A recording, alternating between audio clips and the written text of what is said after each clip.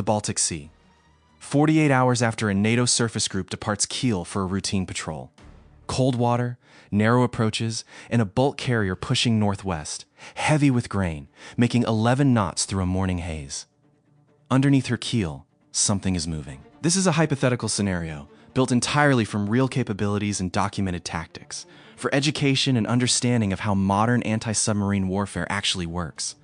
A diesel-electric submarine has been trailing the cargo ship for the past 90 minutes, not chasing her, riding her. Tucked into the acoustic shadow directly beneath the merchant's churning propeller, matching her speed to within a fraction of a knot, letting 60,000 tons of steel and a screaming shaft absorb every sound the submarine makes.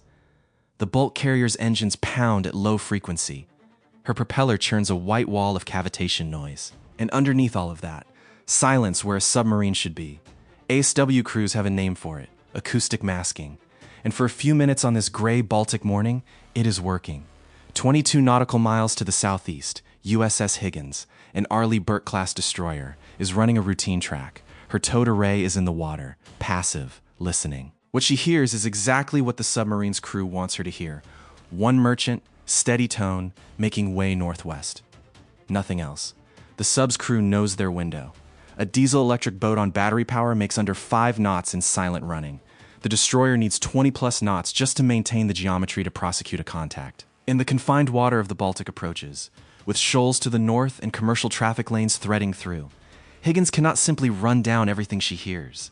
The sub's commander has done the math. The surface ship is effectively blind.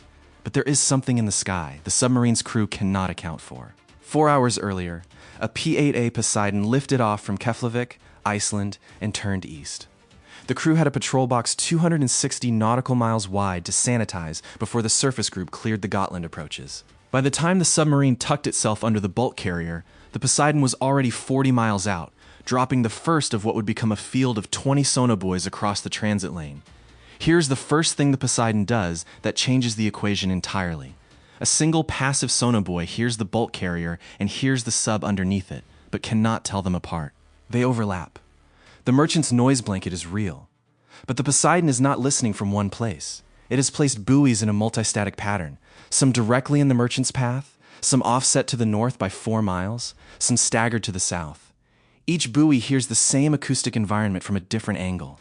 Think of it like this. Stand directly in front of a loudspeaker and someone whispering behind it disappears completely. But put a friend 20 feet to the left of that speaker and another 30 feet to the right. They both catch the whisper. Different angles, different geometry. The music covers the whisper from one direction, not all of them at once.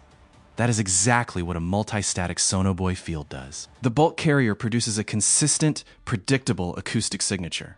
Her engine lines are steady. Her propeller noise has a known frequency. The Poseidon's acoustic processing system can model and subtract.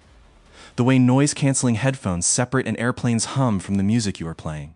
What remains after the subtraction should be nothing if only the merchant is there. What the field hears, from multiple angles, cross-referenced by the Poseidon's mission computer, is not nothing. There is a faint periodic tonal at 63 Hz. It does not come from the bulk carrier. It comes from a point approximately 40 meters beneath her keel and 60 meters aft of her midship frame. It is not loud. On any single buoy, it would be indistinguishable from ocean noise. But across 7 buoys arranged in the multistatic pattern, the signal triangulates to a single moving source, moving at exactly the merchant's speed, on exactly the merchant's track, but at a depth a cargo ship cannot reach. The Poseidon's acoustic processing system flags it. The tactical coordinator reviews the waterfall display, a visual representation of frequency versus time, and sees the 63 Hz line appear, thin as a wire, threading through the bulk carrier's noise. She marks it. Then she does what the system was built to do. She calls the buoy field's active mode. Here's where the decision gets complicated. Going active, sending out a sonar ping, tells the submarine it has been detected. The element of surprise is gone. But in the confined Baltic approaches, with a NATO surface group 20 miles southeast, the commander of the P-8A detachment faces a real choice. Track quietly and risk the submarine closing on Higgins, or announce the detection and force the sub to break contact. The Poseidon chooses precision over surprise. The tactical coordinator designates a single buoy for active transmission. One tight, high-power ping aimed directly at the triangulated position beneath the bulk carrier. What follows is what ASW crews call the knock. The ping travels through the water at roughly 1,500 meters per second. It hits the bulk carrier's hull, but it also hits something else. The return that comes back is not one echo. It is two. One from the massive flat bottom of the Merchant, broad and loud, arriving 0.3 seconds after transmission, and one from a harder, smaller, cylindrical object 40 meters below it, arriving 0.4 seconds after transmission, slightly Doppler shifted because that object is moving. Two echoes, one freight ship, one submarine. The sub's crew hears it. They know exactly what that ping means. An aircraft above has just announced, in the clearest possible terms, "We see you, we have your position, and we have your acoustic signature on record." The game is over. But the Poseidon is not done, because the knock is only the first half of what makes this system work. What's most surprising about this case isn't the Sonobuoy field. It's what happens in the 40 seconds between the active ping and the submarine's decision to break away. The P-8A descends. It drops from patrol altitude to approximately 300 feet above the sea surface, flying a tight line directly over the bulk carrier's track. And it activates something most people outside ASW circles rarely discuss in detail, the M8 extended roll system. Magnetic anomaly detection. Here is the physics, and it is elegant. Every large ferrous metal object, a ship, a submarine, a steel pipe, distorts the Earth's magnetic field in its immediate vicinity. The distortion is small, extending only a few hundred meters from the object's hull. But it is completely unambiguous, because you cannot fake magnetism. A submarine running silent on battery power still has a steel pressure hull, steel machinery, steel ballast tanks. Its magnetic signature does not change based on how quietly it is running. It does not care about thermoclines or acoustic masking or the noise of a cargo ship overhead. The analogy is almost too simple. You can cover a metal detector with foam and paint it to look like wood. But hold it over a buried iron pipe and it still goes off, every time. Sound can be hidden in other sound. Magnetism cannot be hidden in other magnetism. As the Poseidon passes directly overhead the bulk carrier's track at low altitude, the M8 extended roll sensor detects two separate magnetic anomalies within 40 meters of each other vertically. One is large, diffuse, and consistent with a bulk carrier's keel. One is smaller, more concentrated, and consistent with a submarine's pressure hull. The system logs the contact, cross-references it with the acoustic triangulation from the buoy field, and assigns a confirmed track to the contact. The submarine has been found by two independent sensor systems, neither of which the acoustic masking tactic was designed to defeat. You'd think a tactic refined over decades of Cold War practice would have an answer for this. It doesn't, not fully. The acoustic shadow only exists in one dimension, vertical. The noise blanket only covers what is directly below and immediately behind the Merchant.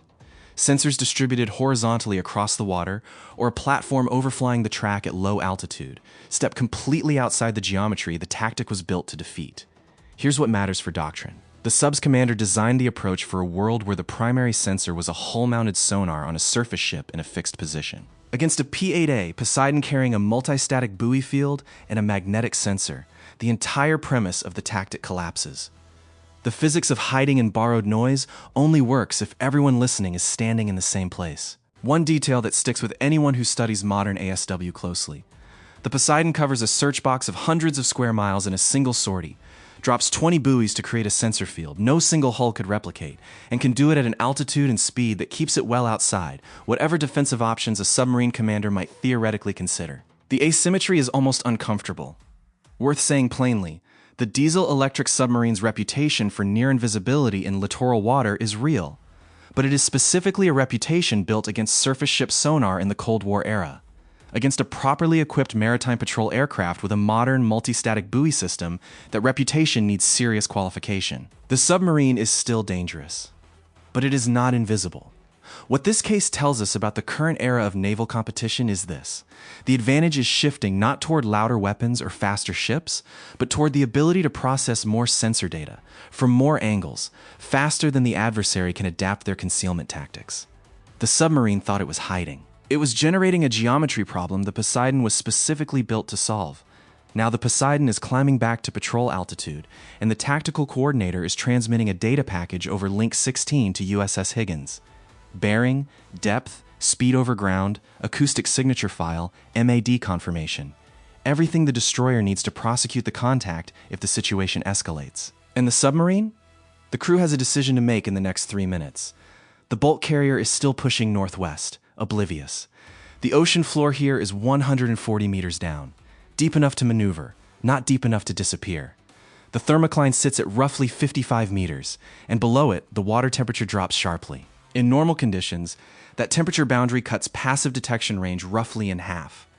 A submarine below the thermocline might as well be in a different acoustic universe from a surface ship above it, but the thermocline does nothing for magnetic detection, and it does nothing for a buoy deployed below the layer, which the Poseidon can and will do if the contact tries to use depth as concealment. Put yourself in the submarine commander's position for a moment. You have been acoustically triangulated by a buoy field you cannot jam, magnetically confirmed by an aircraft you cannot engage, and your signature has been logged and transmitted to a surface combatant with VLASROC, a rocket-propelled torpedo that can reach your position in under 90 seconds from the moment Higgins decides to fire. You were under a cargo ship's noise blanket 20 minutes ago, and it felt like invisibility. Now every sensor in a 50-mile radius knows your depth, your heading, and your hull classification.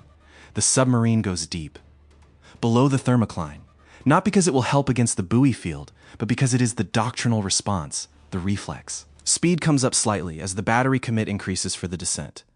The acoustic tonal at 63 Hz brightens briefly on the Poseidon's display as the submarine's machinery load increases, then dims again as depth increases and distance from the nearest buoy grows. The tactical coordinator notes the maneuver, updates the track, and logs it. The submarine is breaking contact. Not toward the NATO surface group, but northeast, back toward open water, away from the confined approach lane where the geometry favored the hunter from the start. There is no torpedo fired. There is no weapon employed. The resolution of this engagement, if you can call it that, is a data file. An acoustic signature, a magnetic profile, a confirmed track logged in the Poseidon's mission system and transmitted to 3 Allied commands before the submarine clears the bulk carrier's former position. The submarine's crew knows they were found, knows they were tracked, and knows that the approach they used will be in the threat library of every P-8A operating in this theater from this sortie forward. That is the knock. Not a weapon. A message. The bulk carrier continues northwest, still making 11 knots, her crew still unaware that she was used as cover for an approach that failed 2 miles beneath her keel. The thermocline is still there. The diesel boat's battery is still charged. The submarine will be back in port within 20 hours, and in a week it may sail again. But the acoustic signature file is permanent. The next time that submarine enters the Baltic approaches, whether it tucks under a cargo ship, runs below the layer, or tries a completely different approach, the Poseidon will have a reference, a fingerprint, a specific 63 Hz tonal from a specific rotating machinery set that is as unique to that hull as a voice print. Hiding in borrowed noise only works until someone listens from more than one place at once. Here is the final technical insight that ties this together, and it is the reason the P-8A Poseidon changed the calculus in waters like the Baltic. In the Cold War, anti-submarine warfare was largely a contest between 2 single-point sensors. The submarine's own passive acoustic awareness versus the towed array on a surface ship or a single sonobuoy dropped by a patrol aircraft. That geometry was manageable for a smart submarine commander. If you knew where the single listener was, you could maneuver to keep noise between you and it. The multistatic buoy field breaks that geometry entirely. 20 sonobuoys distributed across a search box are 20 listeners, each at a different range and bearing from every other. There is no single direction to hide in.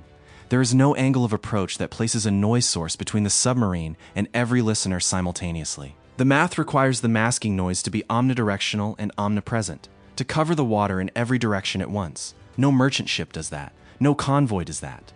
The acoustic shadow a cargo vessel casts is a cone, narrow, directional, temporary. The Poseidon's crew spent 4 hours setting up a sensor field that would still be listening in 3 directions at once after the aircraft itself departed the area. That is what naval theorists mean when they say information geometry beats stealth. The submarine brought stealth. The Poseidon brought geometry.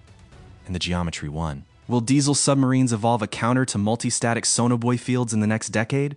Or does the sensor advantage now belong permanently to the air? Comment YES if you think submarines adapt, no if the physics says the game is up for acoustic masking. The P-8A Poseidon story is one piece of a larger competition for control of the undersea domain. The next breakdown looks at what happens when a submarine doesn't try to hide from sound at all and uses the seafloor itself as concealment instead. If you want that one, subscribe and hit the bell. We track every comment, and the most requested topic goes first.